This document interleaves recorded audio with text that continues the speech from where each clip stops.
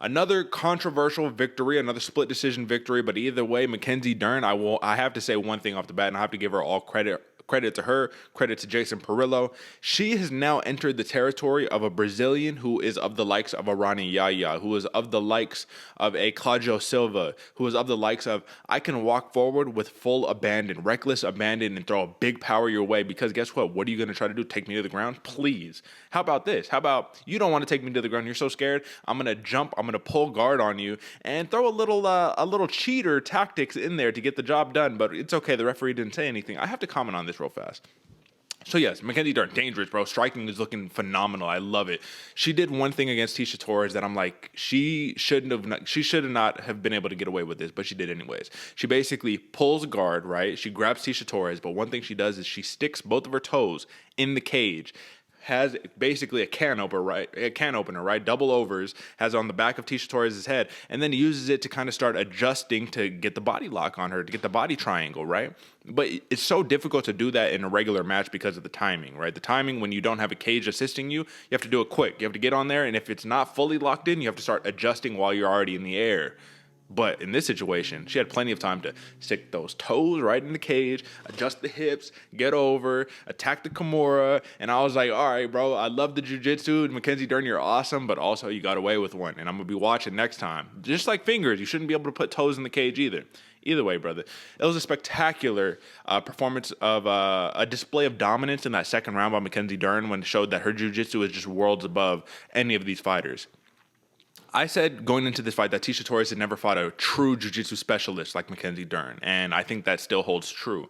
But Tecia Torres has fought the best of the best, and this is now her first official loss against somebody who is probably the furthest away from the title than any of the other fighters that she has ever fought, right? 4 of her 5 losses were to people who have actually held a title, and the 5th one was to Marina Rodriguez, who's probably going to be fighting for a title. But now Mackenzie Dern enters that space, and I've rambled on long enough, brother. Tell me what you think about this situation. Is Mackenzie Dern the real deal now that her striking is looking improved? It's still there's much to be desired still, but the power is there, brother. The reckless abandon, being able to walk forward is there. The less timid nature is there. Cardio phenomenal. What do you think? I agree with you, Derek. All that stuff is there. Still a little shaky, but what I like seeing from Mackenzie Dern striking is she's seeing stuff. She's reading stuff. She's finally being like, oh, like her corner will say something. She's like, yeah, I saw that. Like I'm going for that. Yeah. So it's nice. It's seeing the progression of a striker that's actually able to read the situation and set those traps, man. Put those traps in place. It's very, very nice and telling for Mackenzie Dern.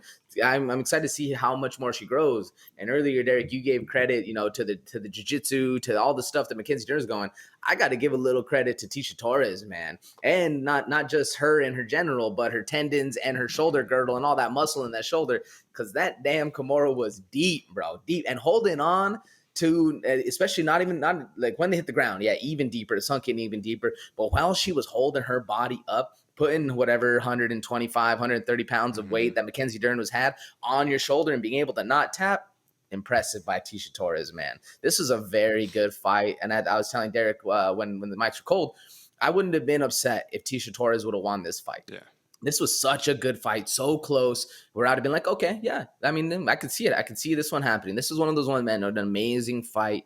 No credit lost to either fighter, whether it's Tecia Torres losing or no shade to Mackenzie Dern, man. I think she's growing, showing amazing style. Obviously, great on the jiu-jitsu, but she made a comment on to Joe Rogan saying how she's like, I heard your commentary and I heard you say like, oh, she probably shouldn't do that there.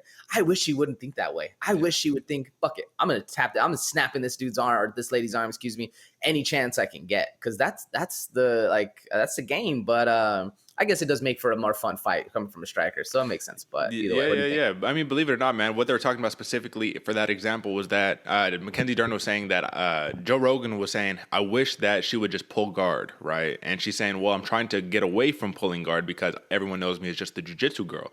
I want to be a mixed martial artist. I want to strike. I want to stand up. I want to do all that. So even though she ended up pulling guard anyways, you know what I mean? It goes to show that she's trying to be well-rounded. Now, AJ, let me pull all of this down and let's take a look right here because there is controversy involved here, brother. When it comes down to it, the person who ended up giving Mackenzie Dern the nod over everybody else was Chris Lee and Derek Cleary. Barry Luxembourg was the one who gave Torres the nod in rounds 1 and rounds 3, which I agree with, man. I think that Torres. I thought Torres won round one, but then again, I just need to look back. I need to watch the fights again because a lot of this is tough. In the moment when you're watching it, you're like, oh, I think this, I think that. But when you rewatch it, you're like, oh, okay, I can see it less emotionally now. But this is the big key to take away.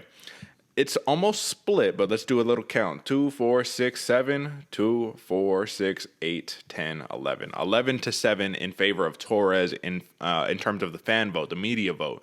So if Torres gets the nod on MMA decisions, I'm interested to know what was the score on MMA verdict, because I believe MMA verdict had Tecia Torres winning round 1 and round 3, but the overall verdict score went in favor of Mackenzie Dern. So it was one of those difficult ones to read, right? But this was a very close fight. Once again, are you mad that Dern won? No. Would you have been mad that Torres won? No. This was a close fight. This was far from a robbery, and it just came down to who wanted it more, who was more flashy. What are you looking for? Do you want the big power or do you want the volume? Because one thing I do have to say is Dern did a great job of keeping Torres on the back foot, making her use that little side kick to try to keep distance, but it just looked like a pit bull was just chasing her down the whole fight. And one thing that I loved, bro, Mackenzie Dern, she had this smirk on her face the whole time where she just walking her down, just smirking like, oh yeah, you got this one coming, you know what I'm saying? And you love that because it means that the confidence is growing, because before what you would see was Mackenzie Dern would be like a deer in the headlights and then try to chase down her opponent, grab hold onto her and then get her to the ground and then start working armbar or whatever. But now she's like, no, let's box, let's get it, let's kickbox. Like I'm game. So like I said, this is coming from one of the world's greatest jiu-jitsu practitioners, a multiple time Pan Am winner, a world's winner, a no-gi champion, and Mackenzie Dern, who is now slowly but surely, brother. I mean, she's top 5 for real. Now probably top 4. We will see if she's going to be fighting for a title in the near future. And if she does, she said originally the plan was become an MMA champion, retire from MMA, go back to jiu-jitsu. But now she's like, I want to stick around in MMA, man. I want to do this thing, man. So huge win for Mackenzie Dern. And I just have to say that Tecia Torres is no easy person to defeat. I think that she just broke Tecia Torres' 3-fight win streak, and I would actually not be mad to see a rematch in the future, brother. I'm just going to say that, man. I think that would be a fun fight. But either way,